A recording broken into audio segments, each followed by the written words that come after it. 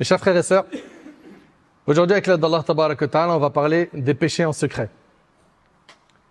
Des péchés en secret. Malheureusement, nombreux sont ceux et celles qui, lorsqu'ils se retrouvent seuls, il est à l'abri du regard de ses parents, ou de son épouse, ou des gens qui sont avec lui, qui vivent avec lui chez lui.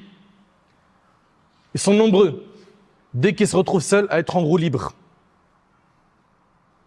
Tout de suite, les premiers réflexes, c'est d'utiliser les écrans à mauvais escient. La tablette, l'ordinateur, le téléphone.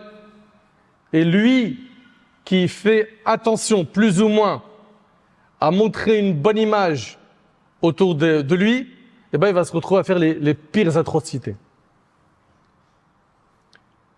Ces personnes-là, malheureusement, et je ne généralise pas, lorsqu'elles vont se retrouver seules, elles vont prendre l'autoroute du haram, en regardant et en écoutant tout ce qui met en colère Allah.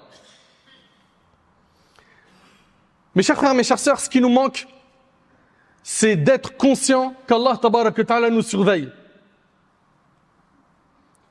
Hélas, nous sommes trop nombreux à oublier qu'Allah Subhanahu wa Ta'ala nous voit à chaque instant. Gardez en tête qu'Allah te surveille tout le temps, ça fait revivre les cœurs morts, ça éveille les consciences endormies et ça te permet d'être quelqu'un de pieux. Allah Ta'ala il dit Alam ya'lam bi anna Allah yara, ne sait-il pas qu'Allah le voit? Tu le sais pas? Tu l'as oublié? Si tu l'as oublié, le jour du jugement, tu t'en rappelleras. Allah Ta'ala dit Ahsahu Allah wa nasuh. Allah a tout comptabilisé et eux ils l'ont oublié. Quand tu regarderas ton registre le jour du jugement, tout ce que tu avais oublié, tu le verras. Être conscient qu'Allah te surveille, c'est le fait de se rappeler constamment et d'avoir la certitude que le Très-Haut Azza wa Jal te regarde à chaque instant, t'observe. Il sait ce que tu fais en public et en secret. Le croyant doit faire le nécessaire pour adorer Allah Tabaraka wa Ta'ala de la meilleure des manières. Et pas d'avoir une pratique bancale. C'est-à-dire quoi une pratique bancale? De temps en temps, il va faire la salat, il va faire quelques œuvres pieuses, mais il est ancré dans le haram. Il ne cherche pas à être quelqu'un de pieux. Elle ne cherche pas à être une personne pieuse. Quel que soit le moment où tu te retrouves seul, éloigné des gens, rappelle-toi qu'Allah te regarde, qu'il est proche de toi et qu'il peut, Azza wa Jal, t'éprouver à tout moment. Allah Tabaraka wa Ta'ala il dit وَلَقَدْ خَلَقْنَا الْإِنسَانَ وَنَعْلَمُ مَا تُوَسْوِسُ بِهِ نَفْسُهُ وَنَحْنُ أَقْرَبُ إِلَيْهِ مِنْ حَبْلِ الْوَرِيدِ. Nous avons créé l'homme et nous savons ce que son âme lui suggère. Nous sommes plus proches de lui que sa veine jugulaire. Nous sommes plus proches de lui, nous dit Allah, que sa veine jugulaire. Mais en fait, le problème, c'est quoi? C'est que on n'a pas estimé Allah à sa juste valeur. Comme Allah Ta'ala dit, Ma lakum la tarjuna lillahi waqara. Qu'avez-vous à ne pas craindre Allah comme il convient à sa grandeur? Monsieur ou madame va avoir peur au travail quand il va entendre qu'il va avoir une inspection de travail. Même s'il est carré dans son travail, il est pris de panique. Monsieur, quand il va consulter un médecin et que le médecin reste silencieux longtemps, il a peur. Monsieur, qui a sa ceinture de sécurité, qui respecte les limitations de vitesse, il suffit qu'il voit plein de motards sur le périph' ou l'autoroute, il commence à prendre peur. Tu sais avoir peur sur terre, mais avoir peur d'Allah, ça non. Il va avoir peur du regard des gens. Faut pas que les gens me voient dans quelque chose de sombre. Mais tu montres le pire visage à Allah. Mais je comprends pas en fait. T'as des comptes à rendre aux humains, toi, le jour du jugement? Pour les craindre autant? Choquant de voir à quel point on a peur des humains plus que d'Allah. Et bien évidemment, je ne généralise pas. Comment est-ce que tu te comportes quand tu es seul? Loin du regard des gens, derrière les rideaux fermés, portes verrouillées, lumière éteinte, dans cet état de solitude, quel est l'état de ton cœur? Oses-tu commettre les interdits sans craindre le regard d'Allah? Ou est-ce que tu le redoutes en sachant qu'il te voit toujours? Tu fais partie de quelle catégorie de musulmans? Humayd al-Tawil a dit à Sulayman ibn Ali, donne-moi un conseil. Sulayman lui répondit, si tu as désobéi à Allah tout en sachant qu'il te voyait, tu t'es permis une chose grave. Et si tu as pensé qu'il ne te voyait pas, alors tu as sombré dans la mécréance. Allahu Akbar. Puis un homme qui avait motivé une femme pour commettre avec elle la fornication, il lui a dit, là personne ne nous voit, à part les étoiles. Elle lui répondit, mais où est celui qui a créé les étoiles? Par Allah, si Allah subhanahu wa ta'ala ne nous couvrait pas de son voile de miséricorde, nous serions exposés et humiliés. Et on demande à Allah subhanahu wa ta'ala de ne pas dévoiler ce voile qui nous protège. Mohammed ibn Wasi' a dit, si les péchés avaient une odeur, personne ne pourrait s'asseoir à côté de moi à cause de leur puanteur. Subhanallah, ça c'était les gens pieux de l'époque qui disaient ça sur leur personne. Et nous aujourd'hui, on s'éloigne d'Allah, on est loin d'Allah.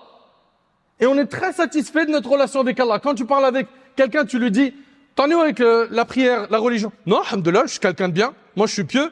J'ai même eu des gens au téléphone qui m'ont appelé, m'ont dit, salam alaikum, je suis pieux, je suis pieuse, et je voulais te dire. Mais stop, déjà il y a erreur 404. Les compagnons du prophète, ils n'ont jamais dit d'eux-mêmes qu'ils étaient pieux. Ils n'ont pas vanté leur propre pureté. Au contraire, Omar ibn Khattab, il allait voir Hudhayfa ibn al-Yaman, il lui dit, regarde si mon nom il n'a pas été cité dans la liste des hypocrites. Ça c'est Omar ibn Khattab radiallahu anhu, qui a tellement pleuré par crainte d'Allah que 2 traits noirs se sont tracés sur son visage. Et toi tu te dis pieux, avec quelle action?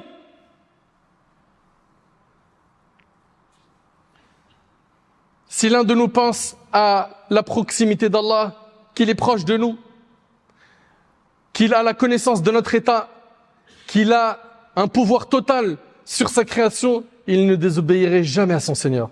On demanda à Al-Junayd, rahimahullah, par quoi peut-on se préserver du regard interdit? On a plein de gens aujourd'hui qui, quand ils vont se retrouver avec leur smartphone, allez, c'est parti. Et jusqu'à ce qu'ils se sont abonnés à des comptes où ils regardent du haram, où ils écoutent du haram.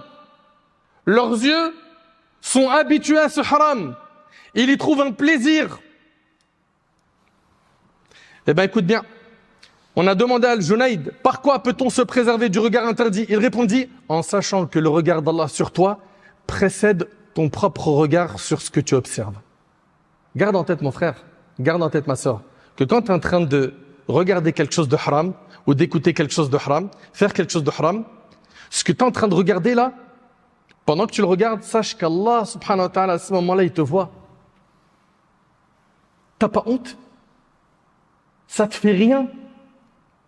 Et si tu meurs dans cet état, le prophète, n'a-t-il pas dit qu'on serait ressuscité de la même manière dont on est mort? T'aimerais être ressuscité en train de regarder de la pornographie devant ton Seigneur? C'est ça que t'aimerais? En train de regarder des clips orduriers, en train de rouler un joint, en train de voler de l'argent à quelqu'un? T'aimerais être ressuscité de cette manière? Mais il faut avoir un cœur de pierre pour souhaiter ça. Allah tabarak wa ta'ala, il dit, وَأُزْلِفَتِ الْجَنَّةُ لِلْمُتَّقِينَ غَيْرَ بَعِيدٍ هَذَا مَا تُوعَدُونَ لِكُلِّ أَوَّابٍ حَفِيظٍ مَنْ خَشِيَ الرَّحْمَنَ بِالْغَيْبِ وَجَاءَ بِقَلْبٍ مُنِيبٍ ادْخُلُوهَا بِسَلَامٍ ذَلِكَ يَوْمُ الْخُلُودِ لَهُمْ مَا يَشَاءُونَ فِيهَا وَلَدَيْنَا مَزِيدٌ. Le paradis sera rapproché à proximité des pieux. Vous avez remarqué à chaque fois que Allah Ta'ala parle du paradis, il parle des pieux. Allahumma ij'alna minhum ya Rabb. À chaque fois qu'Allah il parle du paradis, il parle des pieux. C'est les pieux qui accèdent au paradis. Les pieux, c'est qui? C'est ceux qui savent tirer le frein à main du haram. C'est pas des anges infaillibles, mais ce sont des gens qui se battent chaque jour pour être meilleurs. C'est ceux qui font l'obligatoire et qui délaissent l'interdit. C'est ceux qui ne se retrouvent pas dans les endroits qu'Allah déteste. Le paradis sera rapproché à proximité des pieux. Et on leur dira, voilà ce qui vous a été promis pour celui qui revient incessamment vers Allah et respecte les prescriptions divines, celui qui craint le miséricordieux sans le voir. Celui qui craint le miséricordieux sans le voir et qui vient à lui avec un cœur repentant. Entrez au paradis, préservés de tout mal et en toute sécurité. Voici le jour de l'éternité. Ils y obtiendront tout ce qu'ils voudront. Et il y a auprès de nous davantage encore. Ceux qui seront au paradis Les pieux, c'est ceux qui craignaient Allah, qui, quand ils étaient seuls, ils savaient qu'Allah tabaraka wa ta'ala les regardait à chaque instant. Mes chers frères, mes chères sœurs, rappelle-toi que le jour du jugement, on sera questionné. Rappelle-toi que le jour du jugement, on sera questionné. Allah tabaraka wa ta'ala, il dit فَوَرَبِّكَ لَنَسْأَلَنَّهُمْ أَجْمَعِينَ عَمَّا كَانُوا يَعْمَلُونَ. Par ton Seigneur, nous les interrogerons tous sur leurs agissements. Comment se fait-il que tu as plus peur des gens que d'Allah? Allah Ta'ala il dit يَسْتَخْفُونَ مِنَ النَّاسِ وَلَا يَسْتَخْفُونَ مِنَ اللَّهِ وَهُوَ مَعَهُمْ إِذْ يُبَيِّتُونَ مَا لَا يَرْضَى مِنَ الْقَوْلِ وَكَانَ اللَّهُ بِمَا يَعْمَلُونَ مُحِيطًا. Ils se cachent des gens, mais ils ne se cachent pas d'Allah, alors qu'il est avec eux lorsqu'ils tiennent en secret des propos qu'ils n'agréent pas. Et Allah cerne parfaitement ce qu'ils font. Mon cher frère, ma chère sœur, ne regarde pas la petitesse du péché, mais regarde l'immensité de celui que tu es en train de désobéir.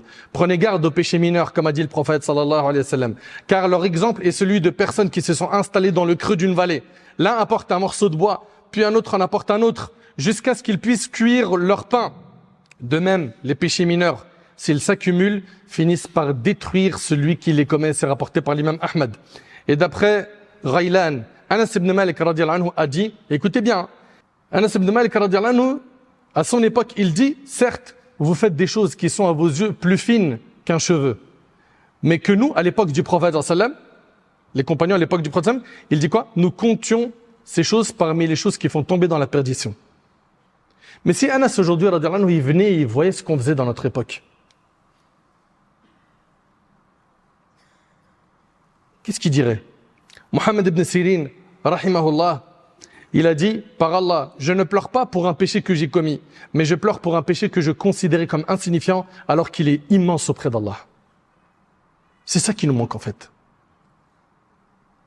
C'est d'estimer Allah à sa juste valeur. Qu'est-ce que tu vas dire à Allah quand tu comparaîtras devant lui? Qu'il t'appellera par ton nom. Tu sauras que c'est de toi dont il s'agit. Et que tu traverseras les gens pour le jugement, pour te présenter à Allah subhanahu wa ta'ala. Qu'est-ce que tu vas dire au maître ce jour-là? Sache une chose, c'est que les péchés que tu fais en secret sont la cause de l'affaiblissement de la foi. Et les bonnes actions que tu fais en secret sont la cause du raffermissement de ta foi. Enregistre ça. Les péchés que tu fais en secret, c'est ce qui est en train de te détruire aujourd'hui. Tu te sens mal? C'est pas comment remonter la pente? C'est normal, tu as un double visage.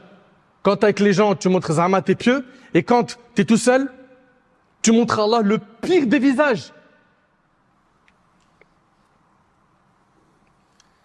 Les péchés en secret, retiens, c'est ce qui détruit la foi.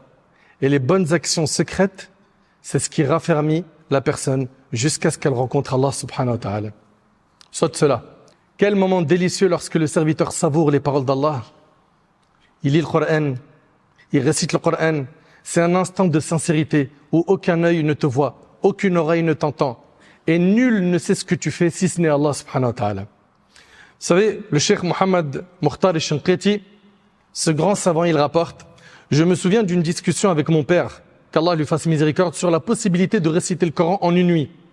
Je l'ai poussé avec insistance à me répondre. Et il a dit, écoutez attentivement s'il vous plaît. Là, on ne parle pas des compagnons. Cheikh Mohammed Mukhtar al-Shinqiti, c'est un contemporain. Il parle de son père, rahimahullah. Qu'est-ce qu'il dit? Il dit qu'il a posé la question à son père, sur quoi? Sur la possibilité de réciter le Coran en une nuit.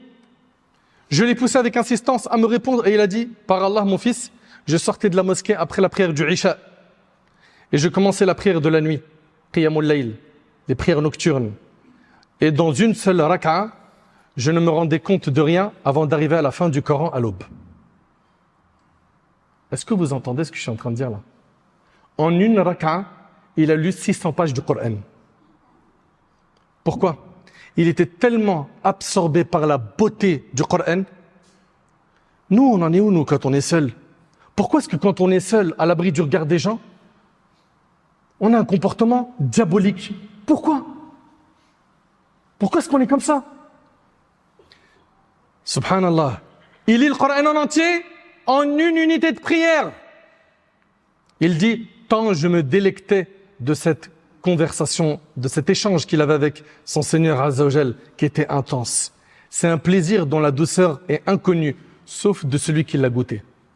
Mais vous remarquerez une chose, quand on est seul, malheureusement, illa man rahimallah, sauf ceux à qui Allah a fait miséricorde, et je ne généralise pas, on a plus tendance à aller vers le mal que vers les bonnes actions. Pourquoi quand tu es seul, tu profites pas pour faire des doigts, évoquer Allah, lire le Coran, le méditer? Wallahi al-azim, tu veux changer, tu as le livre d'Allah. Lis-le, médite-le. C'est un trésor. Mais non, je préfère m'abrutir avec des snaps, avec des shorts, des TikTok, à regarder ce qui se passe sur Twitter. Mais augmenter ma foi, m'occuper de ma personne, non. Le prophète sallallahu alayhi wa sallam, dans le hadith de Zubayr ibn al-Awwam radiyallahu anhu, a dit: celui d'entre vous qui peut garder une action pieuse, secrète, qu'il le fasse. Et dans un hadith, le prophète sallallahu alayhi wa sallam a dit: inna Allah yuhibbul abd at-taqi al-ghani al-khafi. Le prophète sallallahu alayhi wa sallam a dit: Allah aime le serviteur pieux, riche du cœur et discret. Fais des bonnes actions de manière discrète. Parraine un orphelin, dis-le à personne. Donne à la mosquée, dis-le à personne. Lève-toi la nuit, fais qiyam lil, quelques rak'at, lis le Coran sans le dire aux gens. Pourquoi? Pour garantir que tu as fait ça avec sincérité, qui est personne à part Allah qui ait connaissance de cette action. Le hadith de Thawban qui est rapporté par Ibn Majah, il mérite toute notre attention. Regardez ce qu'il dit le hadith. Le prophète sallallahu alayhi wa sallam a dit: certes, je connais des gens de ma communauté qui viendront le jour du jugement avec des actes comme la montagne de Tehama, qu'Allah rendra comme de la poussière éparpillée. Il y a des gens qui vont venir le jour du jugement, ils ont fait des montagnes de hasanat, de bonnes actions. Et ces montagnes de bonnes actions, elles seront réduites en poussière éparpillée. Pourquoi? Qu'est-ce qu'ils ont fait de mal? Thawban va poser la question.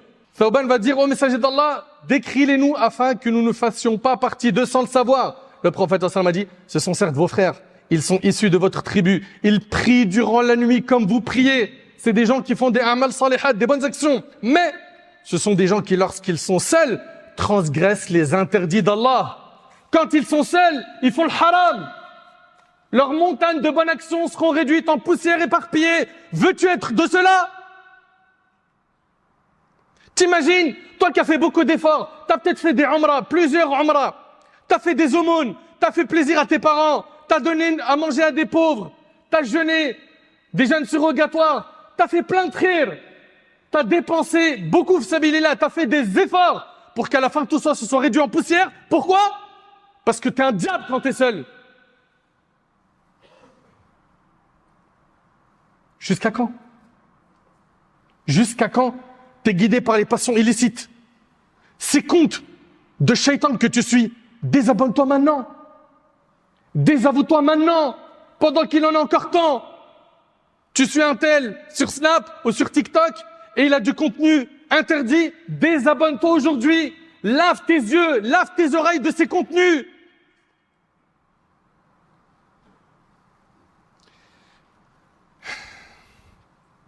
Les péchés commis en secret sont une cause de privation des actes d'obéissance. Ils sont là, ils te disent: frère, j'aimerais bien faire la prière, j'arrive pas. J'aimerais bien faire des bonnes actions, je me sens bridé. Ouais, tu l'es par tes péchés. Tes péchés t'empêchent de faire le bien. Écoute attentivement. Un homme a dit à Al-Hassan al-Basri, rahimahullah: oh Abu Saïd, je vais me coucher en bonne santé. J'aime prier la nuit. Je prépare l'eau de mes ablutions. Mais pourquoi je n'arrive pas à me lever pour prier? Al-Hassan lui répondit: ce sont tes péchés qui t'ont enchaîné. Allahu Akbar! C'est tes péchés qui t'ont enchaîné. C'est à cause de ça que tu n'arrives pas à te lever et prier. Oui, n'en sois pas surpris. Sufyan al-Thawri rahimallah a également dit: j'ai été privé de prière nocturne à cause d'un péché que j'ai commis. Il voulait faire qiyamul layl. Il a été privé à cause d'un péché qu'il a commis. Quand est-ce que tu vas revenir vers Allah subhanahu wa ta'ala? Quand est-ce que tu vas faire les comptes de tes actions? Toi qui as l'habitude de faire les comptes tous les jours de ce qui reste dans tes comptes bancaires. Tous les jours, il n'y a pas un jour qui passe sans que tu consultes toutes tes applications pour voir t'en es où dans les dépenses. C'est quoi les prélèvements qui arrivent? Mais pourquoi tu fais pas la même chose pour tes bonnes et mauvaises actions? Est-ce que tu crois que tu vas vivre éternellement? Dans son livre At-Tabsira ibn al-Jawzi rahimahullah, il raconte l'histoire de Tawba ibn Simma. Il dit que cet homme-là avait l'habitude de faire le bilan de ses actions de manière rigoureuse. Un jour, alors qu'il était en train de calculer son âge, il découvrit qu'il avait atteint 60 ans. Puis il calcula le nombre de jours dans sa vie. et trouva qu'il avait vécu 21 500 jours. Pris de panique, il s'écria « Malheur à moi, vais-je rencontrer mon Seigneur avec 21 500 péchés ?» Ça, c'est dans le cas où il a fait un seul péché par jour. Tu réalises? Et que dire alors si chaque jour j'ai accumulé des milliers de fautes? Il s'effondra ensuite, évanoui sous le poids de cette réflexion. Lorsqu'il a repris connaissance, il a rendu l'âme.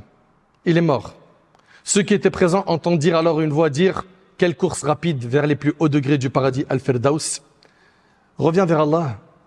Et en revenant vers Allah, Allah te facilitera la voie de la piété. Je sais que dans ta tête, tu te dis, revenir à la religion, j'aimerais, mais c'est trop dur. Non, Wallah, c'est pas dur. Et là, c'est une touche d'espoir. Et mes chers frères, mes chères sœurs, Wallah, je vous parle avec beaucoup d'amour. C'est jouable, c'est pas difficile. Surtout vous les jeunes, qui pensez que c'est impossible, à votre âge, d'être quelqu'un de sérieux. Non, c'est possible. Si autour de vous, tout le monde prend le mauvais chemin, vous nagez à contre-courant. Et soyez des leaders dans le bien. Montrez la bonne voie aux gens. Soyez forts. Ne vous laissez pas influencer dans le mal. Allah tabarak wa ta'ala, il dit, je suis à l'égard de mon serviteur selon ce qu'il pense de moi. Et je suis avec lui là où il m'évoque. Allah se réjouit plus du repentir de son serviteur que l'un d'entre vous retrouvant sa monture égarée dans le désert. Celui qui s'approche de moi d'un empan, je m'approche de lui d'une coudée. Et celui qui s'approche de moi d'une coudée, je m'approche de lui d'une brasse. Et celui qui se dirige vers moi en marchant, je m'approche de lui avec empressement. C'est-à-dire quoi? Tu fais un pas vers Allah, Allah il t'ouvrira plusieurs portes qui mènent à lui. Il va te faciliter la voie du repentir. Allah tabarak wa ta'ala, il dit « Illa man taba wa amana wa amila amalan saliha fa ulaika yubaddilu Allahu sayyi'atihim hasanat wa kana Allahu ghafuran rahima. » Sauf ceux qui se repentent. Regarde si tu te repens ce qui va t'arriver. Écoute bien. Sauf ceux qui se repentent, croient et accomplissent des œuvres pieuses, ceux-là, ceux qui se sont repentis, qui ont fait des bonnes actions, Allah il dit, ceux-là, Allah changera leurs mauvaises actions en bonnes.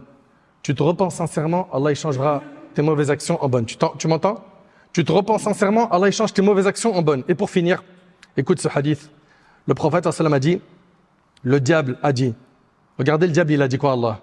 Je le jure par ta puissance, ô Seigneur, je ne cesserai d'égarer tes serviteurs tant que leurs âmes sont dans leur corps. Et le Seigneur a répondu, je le jure par ma puissance et ma majesté, je ne cesserai de leur pardonner tant qu'ils me demanderont pardon. Et le hadith est rapporté par l'imam Ahmed.